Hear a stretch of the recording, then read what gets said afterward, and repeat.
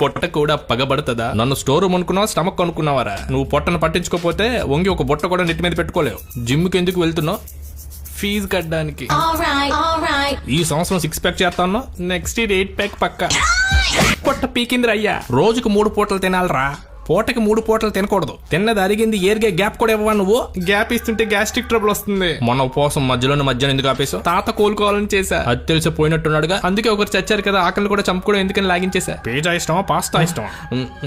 పుల్లమ్మ పునుగులు అంటే ఇష్టం. నాకు ఎప్పుడు 2 పునుగులు ఎక్స్ట్రా అవుతా తెలుసా. మొన్న రాత్రి నాకు నొప్పి ఎందుకు వచ్చింది? పొట్టకి పెయిన్ కామన్లే, ఆకలితో అయ్యి ఉంటది.